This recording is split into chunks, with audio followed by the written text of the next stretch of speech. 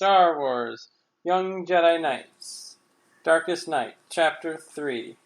The sleek Shadow Chaser, with its imperial design and oily-looking quantum armor, glistened in the early morning as Chewbacca piloted it slowly out of the sheltered hangar bay beneath the Great Temple.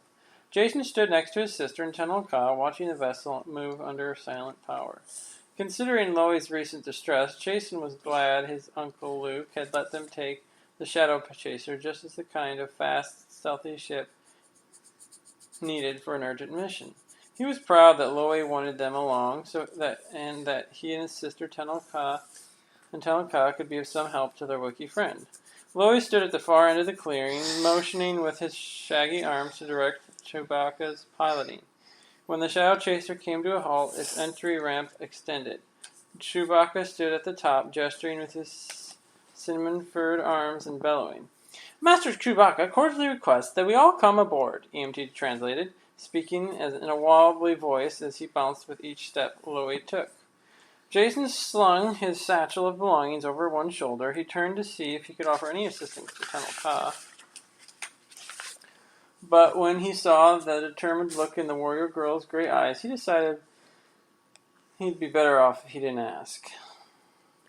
They climbed aboard the Shadow Chaser and waved a brief goodbye to the other students and Tioni, who held up a hand in farewell. Even before the ship was completely sealed and ready to take off, Tioni had ushered the trainees back to their studies. With the threat of the Second Imperium loose in the galaxy, the new Jedi Knights had no time to relax. With a smooth surge of acceleration so powerful, yet gentle, it seemed almost to glide against gravity, the Shadow Chaser aimed its nose upward and arrowed straight into the mist-shrouded skies of the jungle moon.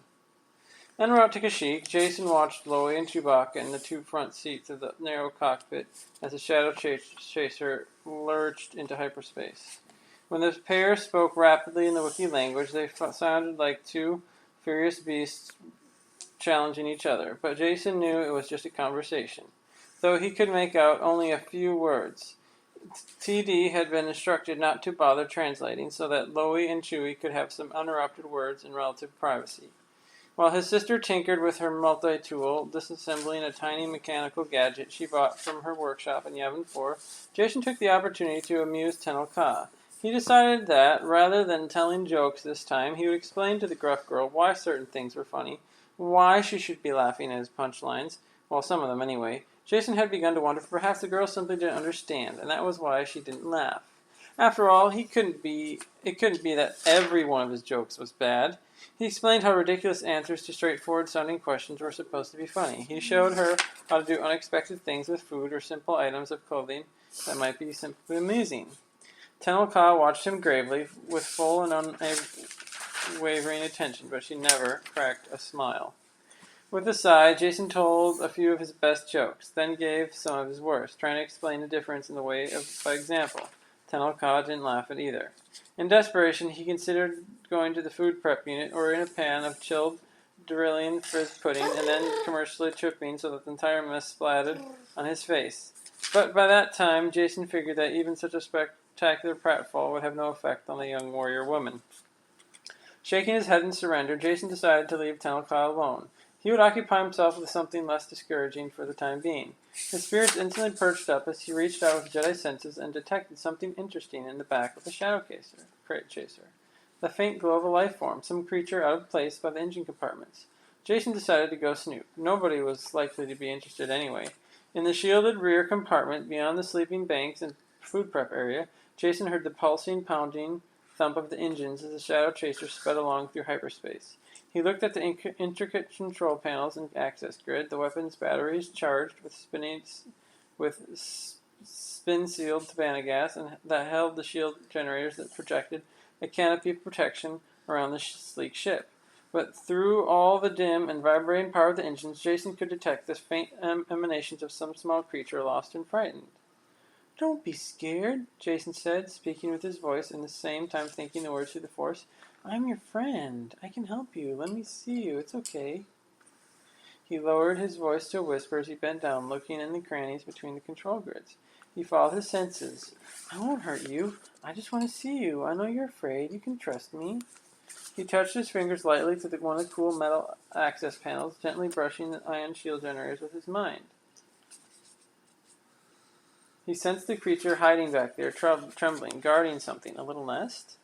It's just me, Jason said. Relax, I'll take care of you. He popped the metal covering off the access panel to the ion shield generator. Inside, a comfortable little pocket of coal debris, a furry, 8-legged rodent, a mouse-like creature with a puffy, frost-gray fur. It looked up at him with tiny black eyes that glittered in the dim light. It wiggled its damp nose. Judging by the pair of long teeth that protruded from the center of the snout, the rodent was a gnawer, not a flesh-eater. Come here, Jason said. It's not a safe place for you to be. He reached in and calmly drew the rodent out. Its 8 legs trembled and tickled against his palm like a plump, furry spider, but a friendly and gentle one. Jason poked and stroked its back and bent to peer at the nest again. The rodent had chewed tiny strips of insulation from the power cables, yanked threads and wires and fabrics and plastics from the shield generator to create a soft pocket in which squirmed 4 smooth, cylindrical grubs, the creature's young. Oh, what a nice nest you have, Jason said smoothly. But I don't think you were supposed to use those components. We need the ion shield generator, no, it protects the whole ship. He continued stroking the rodent and retrieved the nest carefully so as not to disturb the young. He held the nest in his hand and placed the mother back on top, snuggled against her little ones. I'll keep you safe. We're going to have to tell Jane and Loie about this so they can make repairs. Preoccupied with calming his new pet, Jason returned to the forward compartment. He went to the sister who's tinkering with some incompressible mechanical gadget. Hey, Jaina, I've got some bad news. She turned, hold up the small hydrospanner. What? What? Before he could answer, though, the shadow chaser gave a sudden lurch, and it rocked as if it slammed into something invisible. The deck tilted sideways, throwing Jason to his knees. He struggled to protect his new pet. The colors of hyperspace swirled like a psychedelic flood in all directions across the window ports. When the shadow chaser gave another violent lurch, Jason tumbled backward to the deck. It took all his concentration to guard his precious nest. Never mind, he said. He can wait. Jaina gripped the armrests of her seat while the ship rocked back and forth. Her tools and electronic dye scanner remote had just repaired flew like projectiles to the bulkheads and smashed into the deck plates, ruined. When the ship momentarily stabilized, her brother called to his feet, cradling something in one arm and hair even more tousled than usual. He checked to make sure Tenelka was okay. The warrior girl stood up, panting, her booted feet wide apart, seeking balance as the shadow chaser shuddered and buckled its way through the disturbance. What is happening? Tenelka said. Ahead in the cockpit, Loie and Chewbacca roared to each other, fighting the controls. An ion storm, EMTD chimed in with an electronic wail. Are you absolutely certain? We're doomed. Jaina's lips pressed in a tight, grim line. It's an ion storm, all right. Just bad luck. Couldn't predict this. We plotted the shortest course to Kashyyyk using a nav computer. The online catalogs only display stable astrometric hazards, star clusters, black holes, and high-energy nebulas. But ion storms come and go. They don't have any set position, but they're sure enough to ripple hyperspace when you pass through. Is it serious? Jason asked. Droplets of sweat broke on his brow. I've got a bad feeling about this. We'll just have to wait and see, Jaina said. Tenelka stood with her hands in her utility belt, ready to fight some intangible foe with a throwing knife, her lightsaber, even her fiber cord, but none of those would do any good against an ion storm. Lobaka and Chewie grappled with the controls, hairy fingers flying over panels, yanking levers. The shadow chaser winked out of hyperspace and lurched back into the fringes of the fierce iron storm. Uh-oh. Jason said, I forgot to tell you that we might have some damage to our ion shield generator. He held up the nestled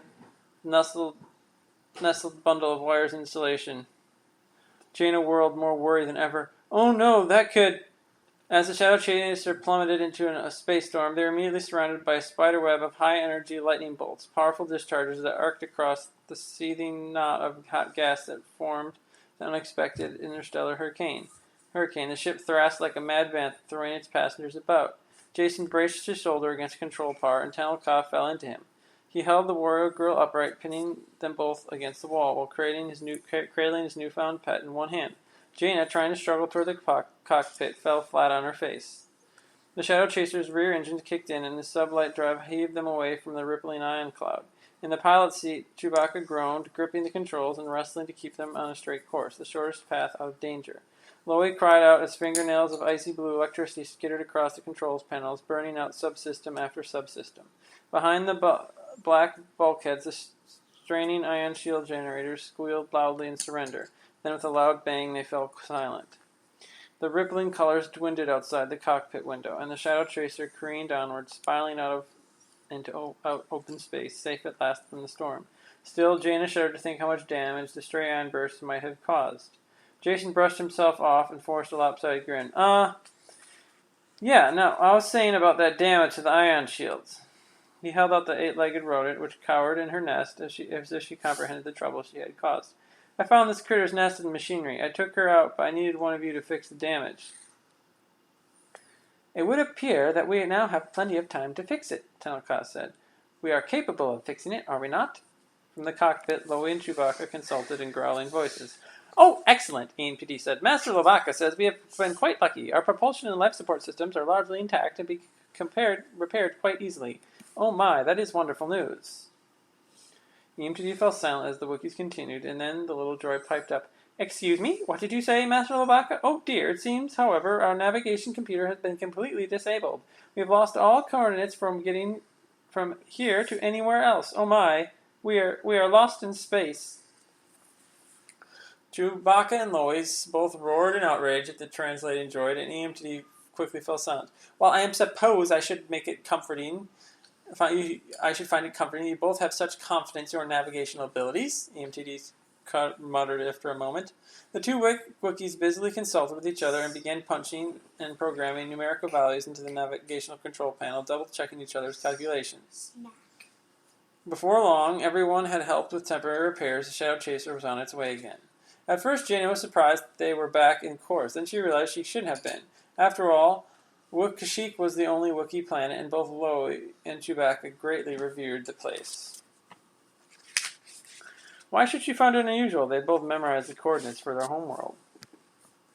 In a